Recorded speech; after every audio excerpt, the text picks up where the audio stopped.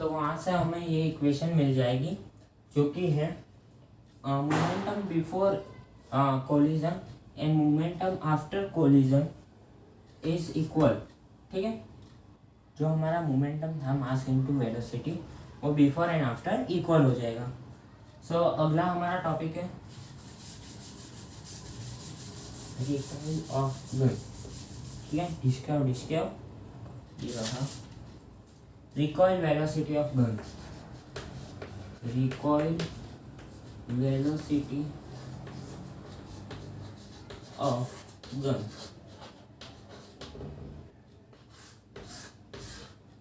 ठीक है, let's suppose हमारा जो गन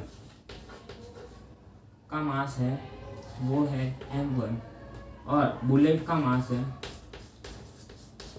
वो है m2। एजुकेशनल पर्पस के लिए है, इसलिए कोई दिक्कत नहीं आनी चाहिए। इसकी वेलोसिटी है v1 और इसकी है v2। ठीक है, उल्टा कर देते हैं, बुलेट का m1 और इसका ले लेते हैं m2। ठीक है, ऐसे कोई दिक्कत नहीं आएगी। गन का ले लेते हैं m2।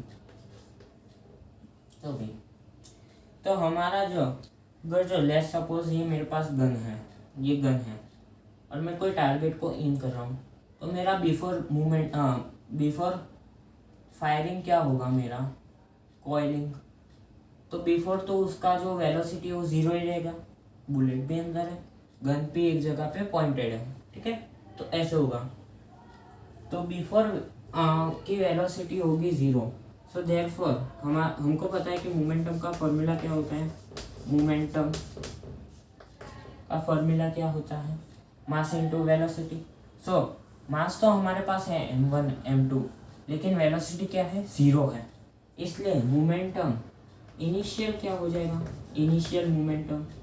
इनिशियल मतलब फायरिंग के बिना कोई मोमेंटम, रिकॉइल के बिना कोई मोमेंटम, तो वो हो जाएगा हमारा 0। अब यहाँ पे जो मैं मोमेंटम फाइनल और मोमेंटम इनिशियल ले रहा हूँ, momentum final and initial, momentum initial. ठीक है, इसको मैं लेता हूँ P1 और फाइनल को मैं लेता हूँ P2।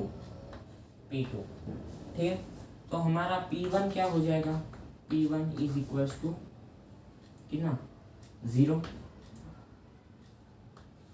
P1 is equals to 0। अब P2 क्या होगा, P2 हमारा हो जाएगा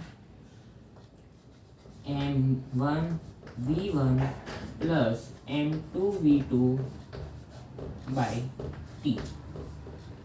ठीक है, m1 v1 plus m2 v2 by t। ठीक है, अब हमने पहले ही पढ़ा कि कंजर्वेशन ऑफ मोमेंटम की वजह से momentum initial is equals to after momentum. ठीक है, momentum after is equals to initial. तो 0 is equals to m1 v1 plus m2 v2 by t। इस साइड जाके 0, तो m1 v1 is equals to m2 v2। And अगर जो मेरे पास मतलब बुलेट की स्पीड है, फिर बुलेट का वेट है, फिर मेरे पास गन का वेट है, तो मैं गन की स्पीड निकाल सकता हूँ कि गन कितनी पीछे जाएगी। देखो यहाँ पे क्या होता है कि जितनी तेजी से बुलेट आगे जाती है ना, वो थोड़ा प्रेशर पीछे देती है। मतलब अगर जो मैं फायरिंग कर रहा होता तो मेरे शोल्डर पे थोड़ा सा प्रेशर आएगा पीछे की तरफ। ठीक है, पीछे की तरफ थोड़ा सा प्रेशर आएगा। सो यहाँ से हम V2 का निकाल सकते हैं। So m1 v1 by m2 is equals to v2। ठीक है, यही है, हाँ यही है। अब यहाँ पे जो m1 v1 होगा, क्या m1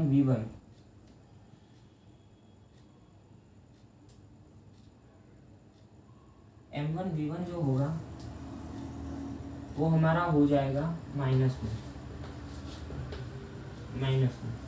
क्यों, कि ऑपोजिट डायरेक्शन में जा रही है, बुलेट आगे जा रही है, गन पीछे आ रही है, तो माइनस होगा, फिर माइनस हो जाएगा। इसी वजह से minus m1v1 by m2 is equals to v2।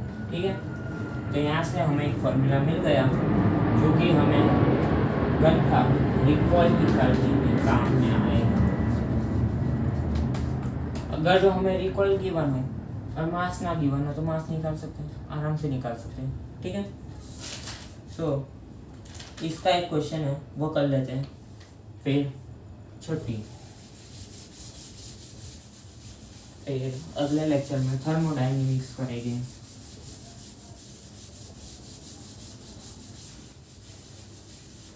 देखो अभी प्रॉब्लम है, थोड़ा दिक्कत है मोबाइल में, इसलिए थोड़ा वीडियो कट हो गया, कट दूसरा वीडियो चलेगा, दूसरा ऐसा, तो टेंशन मत लेना। ठीक है, तो बुक का ही क्वेश्चन है मेरे पास, पुरानी बुक है 4.19 है। सो m1 हमें गिवन है 0.02 kg, m2 हमें गिवन है, हाँ m2 हमें गिवन है 100 kg। ठीक है, v1 हमें गिवन है 80 मीटर पर सेकेंड और v2 हमें फाइंड आउट करना है। इजी क्वेश्चन है, आराम से हो जाएगा, फटाफट कर लेंगे।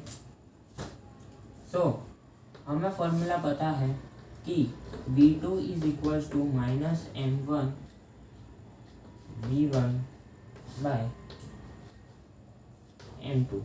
ठीक है, तो v2 is equals to minus m1 v1 क्या है, m1 ये रहा, v1 ये रहा, 0.02 into 80 by m2 100। So v2 is equals to minus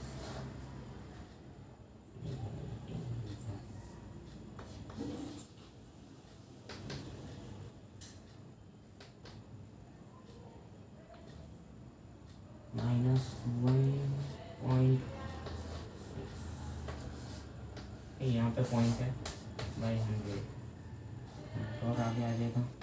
तो v2 is equals to, नहीं मीटर में नहीं, हाँ मीटर में, तो v2 इज इक्वल्स टू